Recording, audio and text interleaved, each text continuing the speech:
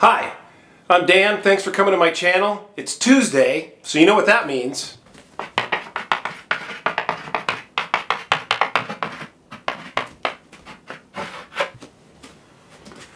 So let's get to it.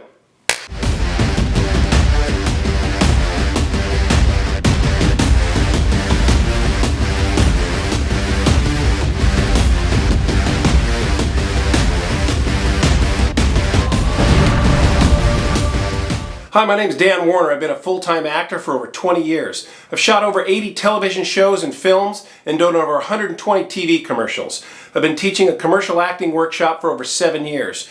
Today, we're going to be talking about what's stopping you, specifically actors who are not getting jobs. And we're going to delve into the big question, what's stopping you? Let's get to it. You know, you can learn all the tricks and tips for booking a commercial, but until you find out what's really stopping you, you will continue to be stuck in your own vicious cycle. So, what's really stopping you? For a lot of actors, this is a baffling question. They think nothing's stopping me. You know, I just don't get callbacks or I don't get hired. Well, we all need to look deeper into what's stopping us when it comes to getting work. We are usually the ones stopping us. Now, I know that seems like a crazy notion to most, but more often than not, it is true. We engage in nonsensical activities that hamper our preparation, so we're not properly prepared for the audition, or it makes us late for our audition, or both. Now, here's a few. Call the wrong person the night before, or the day of your audition. This could include a boyfriend, a girlfriend, friends that are not supportive, parents, family members that are not supportive. Anyone who is not in your corner when it comes to you being an actor, an artist, or an entrepreneur. Do not talk to them before your audition or before or during your preparation. You know, unless you want to answer that same old question, you still trying to do that acting thing? Or my favorite, when are you going to get a real job? You know, my grandmother, when she was alive, God bless her, always said, you know, you should get a job at the post office. You should stop this nonsense of acting, and it's really hard to do, and you know, most people don't make it, and you know, what you really should do is you should get a job at the post office, you should get married and have kids. You know, then you'll have security. Well, cut to a couple of 3 years later, I booked a Jif peanut butter commercial that ran every single morning. Well, now Grandma is crowing to all her girlfriends at the bridge club, you know, her card game every week, that, oh, did you see my grandson? He's on TV, he's an actor. Right. Thanks for your support. So just don't listen to the naysayers. Don't listen to the people who say, you know, you should do something else. You should try something else. Just follow your heart, follow your passion. And usually it works out if you're persistent enough. That was pretty good. I buy that. I believe that. Here's another one. Eat the wrong foods the night before or the day of. You know, Chinese food, too much sodium, stuff that makes you bloated, stuff that makes you puffy, stuff that gives you heartburn. You know, eat too much just before you go in for your audition. Eat on your way to your audition. Maybe you have food in your mouth. Don't do that. You know, prepare your meals, plan your meals, stuff that's going to make you feel good, stuff that's going to give you energy, you know, stuff that's going to help you and not hamper your ability to audition or to get there on time. Here's my favorite. Drink too much the night before. Or even if you have a late audition and you have a Bloody Mary in the morning or a glass of wine with lunch and then you have an audition at 5 o'clock. Yeah, you shouldn't do that. Ever, ever. You should not drink the night before.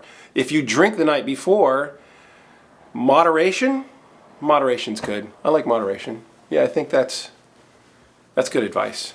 Those are two other things that hamper your ability to audition when you don't need to do that. It's unnecessary. You know, another thing that we all do during our preparation is we engage in busy work, I like to call it. You know, you see something shiny Oh, I got to clean the kitchen. The kitchen's a mess. I've been meaning to rearrange this pantry. My sock drawer is totally screwed up. I got to organize that. No, you should read your script. You should memorize your lines. You should get ready for your audition.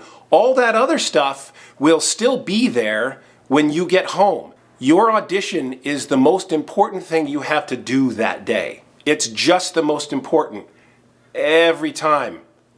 Unless you're going in for surgery or something like that, then that's probably more important. But if you want to pay for your surgery, you need to book that job. It's the most important thing. Too much TV. Oh, that's easy. Let's turn on the TV. What's going on? Oh, yeah, coronavirus. Oh, Trump. Oh, coronavirus. Oh, things are horrible. Oh, Don't watch TV. Prepare for your audition.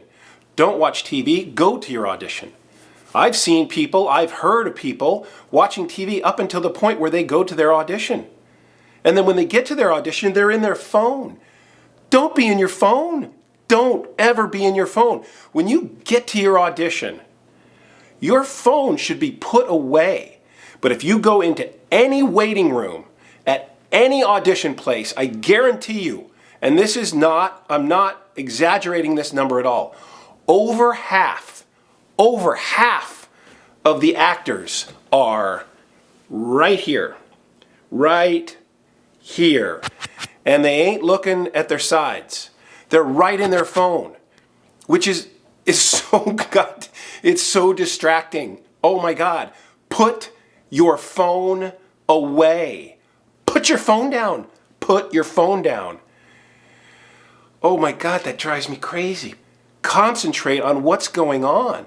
Your phone, Facebook, Instagram, TikTok, I promise you, they will be there after you're done with your audition. They'll still be there. All the same nonsensical stuff will be there. You get to look at all the pictures. You get to like them. You get to follow people. You get to make a weird comment. All that's still there. It ain't going away. There's no time limit on that. I wish there was. Ugh. What we really need to do is we need to substitute all that nonsensical stuff that's distracting with what's called a causative routine. And my mentor, Richard Lawson, is the one who taught me this. A causative routine is basically doing things, substituting your other routine, eating bad, watching too much TV, on your phone, all those things, substitute those habits with positive habits, which include reading your script, showering way before and getting ready, getting your clothes ready, getting your wardrobe prepared, mapping out where you're going to go. If it's the first time you've ever been to this casting office, figuring out the traffic, finding out what time you should get there. Should get there 15 or 20 minutes early. Substitute all the nonsense with a causative routine, and that is going to give you an unfair advantage over 80% of the actors. Unfair advantage over 80%, because 80% of the actors don't do any of the stuff I'm talking about. They just don't. 20% of them do, and that's why 20% of the actors get 80% of the work. It's not a mystery. It's not a mystery. It's easy math. Do that. Arrive early. Be prepared. Super important. I cannot say that enough. Arrive early and be prepared. It takes all the pressure off. Arriving early, being prepared takes all the pressure off. Handle the waiting room. The waiting room is full of distractions. Other actors you might know, people engaging in negative activities, negative talk, negative nonsense. Well, do you know how long it took me to get here today? Well, I know the traffic. Well, no shit. Of course the traffic's bad. Like, stop your bullshit. Come on. Don't engage in any of that negative talk. Go outside if the waiting room's too distracting, but make sure you know when you're coming and when you're up and keep your eye on it. But wait outside. Go over your script outside. Be prepared mentally. Instead of going in with a negative attitude and sweating because you're late, you're in calm, cool, collected, and prepared. And you have a much better shot at getting the job. even if you don't get that job, you're calm, cool, collected, and prepared, and you're early, and the casting director will notice that, and if you're not right for this job, you might be right for the next job. And they'll remember actors that come in and that are prepared. So do that. And the last thing is, I think you should have a little arrogance. It doesn't hurt to have a little arrogance, and Richard Lawson taught me this as well. Is having a little arrogance in the room and in the waiting room will serve you well. Arrogance, by definition, is this, and it's not a bad thing. Not arrogance in a bad way, arrogance in a good way, to claim for oneself. Being super confident and a little arrogant isn't the worst thing in the world.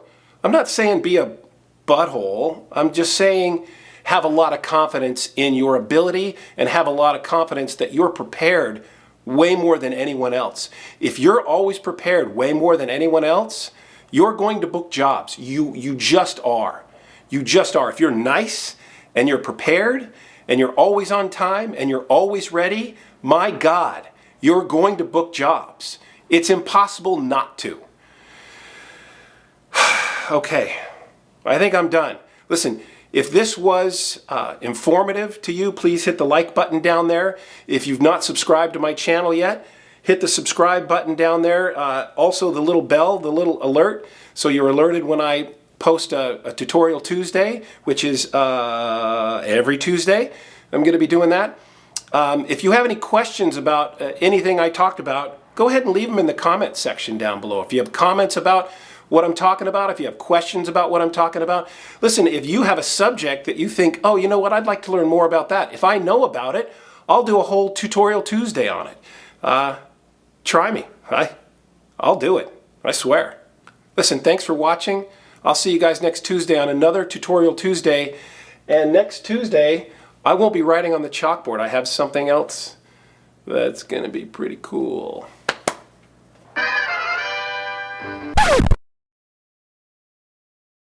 Teaching a commercial acting workshop.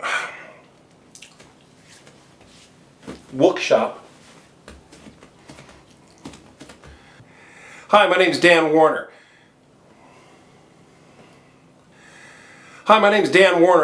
You will continue to be stuck in your own vicious cycle. God. Mother, the wrong food. Night before, day of. Chinese food makes you bloated, makes you puffy. Too much SMG, GMS, what's that Chinese, what's the GSM, MSG. Ha! Too much MSG, that'll make you bloated. Eat the wrong foods the night before, the day of, something that gives you heartburn. Chinese food the night before. Too much, what was it again? SMG, GMS? I don't know.